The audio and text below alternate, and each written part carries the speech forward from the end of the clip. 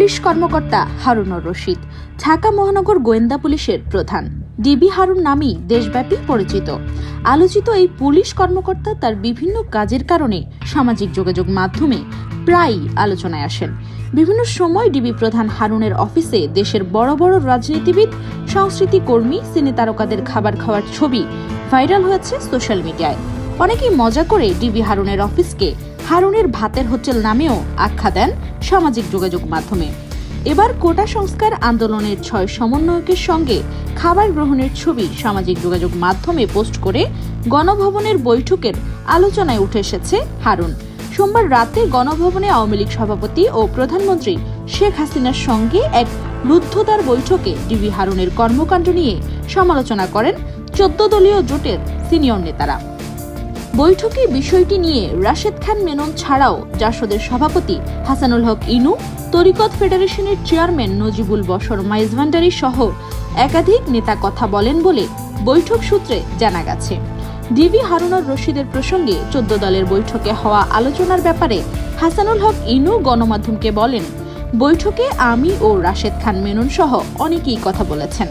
মূলত কোটা সংস্কারের দাবিতে আন্দোলনকে ঘিরে যে পরিস্থিতি তৈরি হয়েছে তা একটি রাজনৈতিক ও সামাজিক বিষয়। এটা সমাধানের দায়িত্ব রাজনীতিবিদদের। রাজনীতিবিদরা সংলাপের মাধ্যমে এর সমাধান করবেন, সেটাই বাঞ্ছনীয়। এর বাইরে আমলা দিয়ে রাজনৈতিক বিষয় সমাধানের চেষ্টা করাটা সঠিক নয়। বৈঠকে আমরা সরকারকে বলেছি, আমলা দিয়ে রাজনৈতিক সমস্যার সমাধান করার চেষ্টাটা বাদ দিতে। এটা খুবই লজ্জাজনক। 14 দলের বৈঠকে হারুনুর রশিদকে ডিবির পদ থেকে সরিয়ে দেওয়ার দাবি উঠেছিল কিনা এমন প্রশ্নের জবাবে হাসানুল হক ইনু বলেন, হারুন একজন সরকারি কর্মকর্তা। তিনি তার পদে বহাল থাকবেন কিনা সে ব্যাপারে সরকারই সিদ্ধান্ত নেবে। 14 দলের সভায় সভাপতিত্ব করেন আওয়ামী লীগ সভাপতি শেখ হাসিনা। সভায় উপস্থিত ছিলেন ওয়ার্কার্স পার্টির সভাপতি রাশেদ খান মেনন, জাসদ সভাপতি হাসানুল হক ইনু ও সাধারণ সম্পাদক শিরিন আখতার, সাম্যবাদী দলের সাধারণ সম্পাদক দিলীপ বড়ুয়া, বাসদের আহ্বায়ক রেজাউল রশিদ খান, গণতন্ত্রী পার্টির সভাপতি শাহাদাত হোসেন প্রমুখ। এর আগে কোটা সংস্কার আন্দোলনের 6 সমন্বয়ককে গোয়েন্দা পুলিশের কার্যালয়ে খাওয়ানোর পর সেই ছবি সামাজিক যোগাযোগ মাধ্যমে প্রকাশের বিষয়ে উষ্মা প্রকাশ করে বিষয়টিকে জাতিসংঘে মশকরা বলে মন্তব্য করেছেন হাইকোর্ট। সোমবার রাষ্ট্রপক্ষকে উদ্দেশ্য করে বিচারপতি মোস্তফা জামান ইসলাম ও বিচারপতি এস.এম. মাসুদ হোসেন দোলনের হাইকোর্ট বেঞ্চ এ মন্তব্য করেন। রোববার রাতে ডিবি কার্যালয়ে বৈষম্য বিরোধী ছাত্র আন্দোলনের 6 সমন্বয়ককে খাবার খাইয়ে সেই ছবি ডিবি কর্মকর্তা হারুনুর রশিদ তার ভেরিফাইড ফেসবুক পেজ থেকে শেয়ার করেন। ছবির ক্যাপশনে তিনি লেখেন, কোটা সংস্কার আন্দোলনের প্ল্যাটফর্ম বৈষম্য বিরোধী ছাত্র আন্দোলনের সমন্বয়করা নিরাপত্তাহীনতায় ভুগছিলেন, তাই ওদের ডিবি কার্যালয়ে এনে তাদের সঙ্গে কথা বললাম। পরে সোমবার হাইকোর্ট বলেন, ডিবি অফিসে যাকে তাকে ধরে নিয়ে যাবেন, তারপর খাবার টেবিলে বসাবেন। এভাবে জাতির সঙ্গে মশকরা করবেন না। এবারে প্রথম নয়, এর আগেও বিভিন্ন রাজনৈতিক দলের নেতা থেকে শুরু করে বিনোদন জগতের সেলিব্রিটিদের সঙ্গে ডিবি অফিসে হারুনের খাওয়ার ছবি ফেসবুকে ভাইরাল হয়েছে।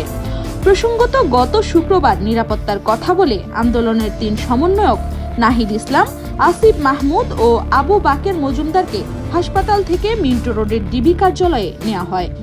পরে শনিবার সার্জিস, হাসনাত আব্দুল্লাহ ও নুসরাত তাবাসসুমকেও ডিবি হেফাজতে নেওয়া হয়। রোববার রাতে ডিবি হেফাজত থেকেই সব ধরনের কর্মসূচি প্রত্যাহারের ঘোষণা দেন বৈষম্য বিরোধী ছাত্র আন্দোলনের 6 সমন্বয়ক। তাদের স্বাক্ষরিত এক লিখিত বার্তায় বলা হয়, কোটা সংস্কার আন্দোলন ও তার পরিপ্রেক্ষিতে উদ্ভূত পরিস্থিতিতে অনেকেই অপ্রত্যাশিতভাবে আহত নিহত হয়েছেন। এছাড়া রাষ্ট্রীয় স্থাপনায় অগ্নিসংযোগ সহ বিভিন্ন সহিংস ঘটনা ঘটেছে। আমরা এ সকল অনাকাঙ্ক্ষিত ঘটনার তীব্র নিন্দা জানাই এবং সুষ্ঠু তদন্ত সাপেক্ষে দ্রুত বিচারের দাবি জানাই। তারা আরও বলেন, আমাদের প্রধান দাবি ছিল কোটার যৌক্তিক সংস্কার, যা ইতিমধ্যে সরকার পূরণ করেছে। এখন শিক্ষার সুষ্ঠু পরিবেশ নিশ্চিত করার লক্ষ্যে দ্রুত শিক্ষা প্রতিষ্ঠান খুলে দেওয়ার জন্য সরকারের প্রতি জোর আহ্বান জানাই। সার্বিক স্বার্থে এই মুহূর্ত থেকে আমাদের কর্মসূচি প্রত্যাহার করছি। যদিও আন্দোলনের অন্যান্য সমন্বয়করা দাবি করেছেন, ডিবি অফিসের চাপের মুখে 6 সমন্বয়কারীকে দিয়ে এই বার্তা জোর করে পড়ানো হয়েছে। এদিকে ডিবি অফিসের দরজা থেকে ফেরত এসেছেন ঢাকা বিশ্ববিদ্যালয়ের 12 জন শিক্ষক এবং সাবেক স্বরাষ্ট্র প্রতিমন্ত্রী সোহেল তাজ। তারা ডিবি হেফাজতে থাকা ছাত্রদের খোঁজ খবর নিতে গিয়েছিলেন ডিবি অফিসে, যদিও তাদেরকে কার্যালয়ে ঢুকতে দেওয়া হয়নি। মঙ্গলবার এক সংবাদ সম্মেলনে দেশের বিশিষ্ট নাগরিকরা আগামী 24 ঘন্টার মধ্যে 6 সমন্বয়কের মুক্তির দাবি জানিয়েছেন। যদিও ডিবি প্রধান হারুন জানিয়েছেন, আটক নয়, নিরাপত্তার স্বার্থেই 6 সমন্বয়ককে ডিবি হেফাজতে রাখা হয়েছে।